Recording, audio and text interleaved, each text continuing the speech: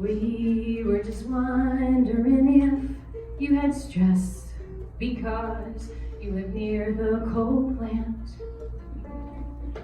From all the toxins released from their hands as CCR's coal ash pond land.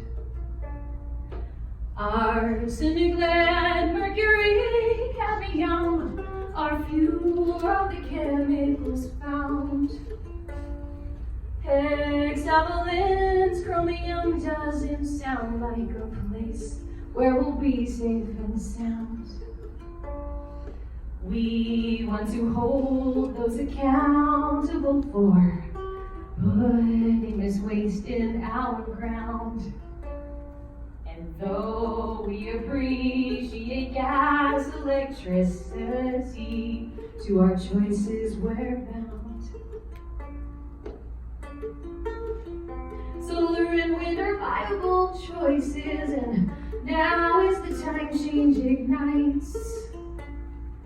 We can stay healthy with our pure resources, so let's unite our light.